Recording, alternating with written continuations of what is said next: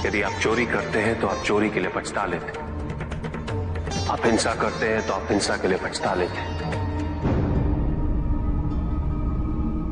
आपको दोष अपने दुष्कृत्य में अवश्य दिखता है, किंतु अपने आप में नहीं।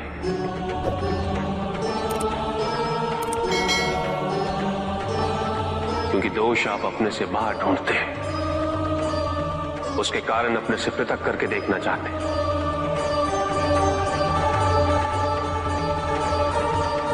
यदि आप ऐसा नहीं करेंगे तो अपने अहम को, अपने अहंकार को सुरक्षित कैसे रख पाएंगे? और इसके लिए सबसे सरल माध्यम बन जाता है पश्चाताप। तपस्या तो सभी करते हैं, किंतु केवल अपने स्वार्थ में। कोई भी ईश्वर को प्राप्त करने के लिए तपस्या नहीं करता।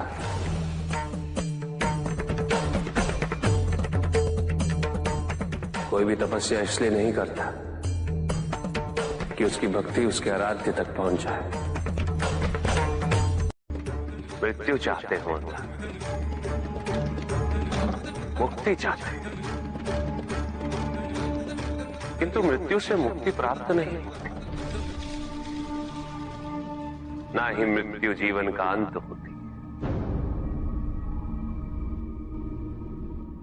सृष्टि ही जीवन, प्रकाश ही जीवन। और यदि जब हम नेत्र खोले और हमें प्रकाश की अनुभूति ना हो, तो इसका यह अर्थ नहीं कि प्रकाश कहीं नहीं। प्रकाश है। आवश्यकता है तो अपने नेत्र खोलकर अंधकार के परे दे दे।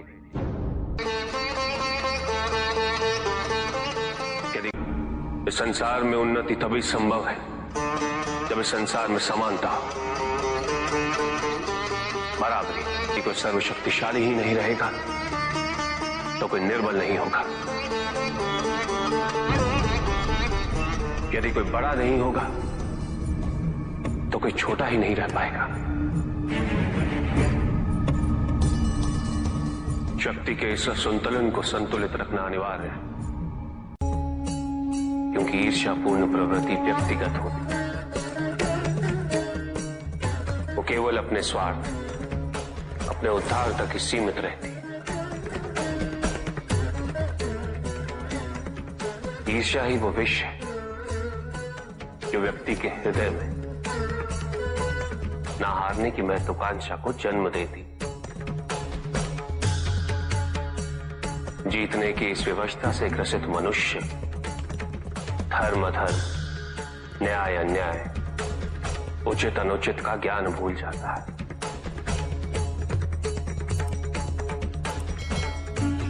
संवेदना, करुणा भूल जाता है। उसे स्मरण रहता है तो केवल जीतना, भले ही वो छल कपट के माध्यम से ही क्यों ना हो। एक असुर था, एग्रिप। एक दिन वो ब्रह्मलोक गया।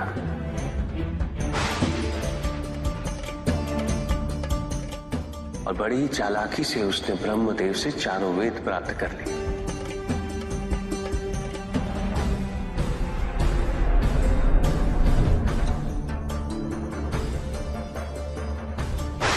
और जाके समुद्र में छुप गया, क्योंकि सारा ज्ञान वेदों में निहित है। इसीलिए संसार से सारा ज्ञान चला गया। जब अज्ञानता का अंधकार फैलता है तो अधर्म बढ़ने लगता है। भगवान विष्णु सब देख रहे थे। उन्हें ज्ञात था कि शीघ्र पृथ्वी लोक पर प्रलय आने वाला है। एग्रिप के साथ चारों वेद भी लुप्त होने का भय था। ब्रह्मदेव सृजन करता है। वेदों के अभाव में पुनर्जन्म की प्रक्रिया को पुनर्स्थापित करना अत्यंत कठिन। इसीलिए हयग्रीव से उन वेदों को पुनः प्राप्त करना अनिवार्य था। तो भगवान विष्णु ने क्या किया? भगवान विष्णु ने एक मत्स्य रूप धारण किया। वो एक मछली बने और नदी में अवतरित। राजा सत्यव्रत स्नान कर रहे थे। एक छोटी सी मछली उनके हाथ में आ गई।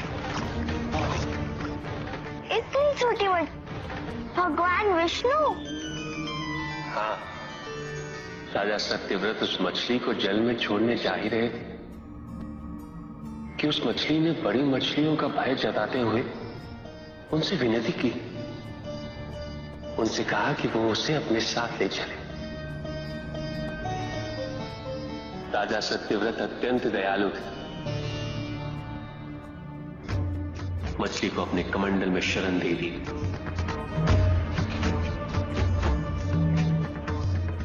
और अपने महल में ले गए।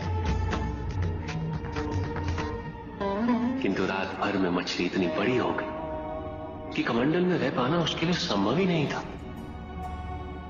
और उसका बड़ा आकार देखने के पश्चात राजा सत्यव्रत ने उसे कमंडल में से निकालकर एक मटकी में डाल दिया। मटकी में डालने के पश्चात उसका आकार पुनः बड़ा हो गया।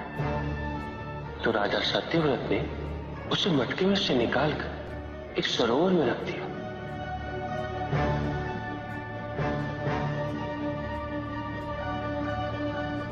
किंतु उस एक ही रात में सरोवर में रखने के पश्चात भी उसका आकार इतना बड़ा हो गया कि उसे नदी में रखना पड़ा।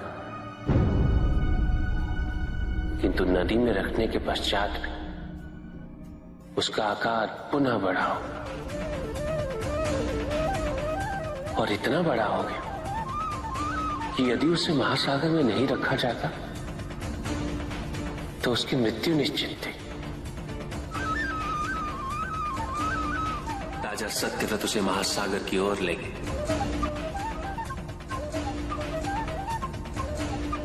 क्योंकि राजा सत्यव्रत तपस्वी थे, ज्ञानी थे, उन्हें आभास हुआ कि ये कोई साधारण मछली नहीं, ये स्वयं साक्षात भगवान विष्णु ही है। भगवान विष्णु राजा सत्यव्रत की उदारता से अत्यंत प्रसन्न थे। इसीलिए उन्होंने राजा सत्यव्रत को मत्स्य रूप धारण करने का कारण बताया। साथ ही उन्होंने सत्यव्रत से कहा कि आज से 7वें दिन प्रलय आएगा, समस्त पृथ्वी जल में समा जाएगी। किंतु आप सप्तऋषियों के साथ साथ अनाज, वनस्पति व अशुद्धों की प्रत्येक प्रजाति के बीज और प्रत्येक पशु का एक एक जोड़ा लेकर एक विशाल नौका में सवार होकर मेरी प्रतीक्षा कीजिएगा। केवल एक ही स्थान ऐसा होगा जिसकी ऊंचाइयों को जल छू नहीं पाएगा। मैं लौटूंगा और आपको वहां लेके चलूंगा। ऐसा कौन सा स्थान था? हिमालय पर, अर्थात तुम्हारी माता के पिता हिमालय। फिर क्या हुआ? ऐसा कह के भगवान विष्णु समुद्र में चले गए और अपने मत्स्य रूप में उन्होंने हयग्रीव को ढूंढ निकाला। उस दुष्ट का वध करके वेदों को पुनः प्राप्त कर लिया। तो क्या प्रलय आया? हाँ, ठीक 7वें दिन। किंतु भगवान विष्णु के आदेश अनुसार राजा सत्यव्रत एक विशाल नौका में उनकी प्रतीक्षा कर रहे थे। तभी विष्णु जी एक सींग वाली विशाल स्वर्ण मत्स्य रूप में प्रकट हुए। नौका को मत्स्य से बांधते हेतु सर्पराज वासुकी का प्रयोग किया गया और विष्णु जी ने अपने वचन अनुसार उन सबको हिमालय तक सुरक्षित पहुंचाया।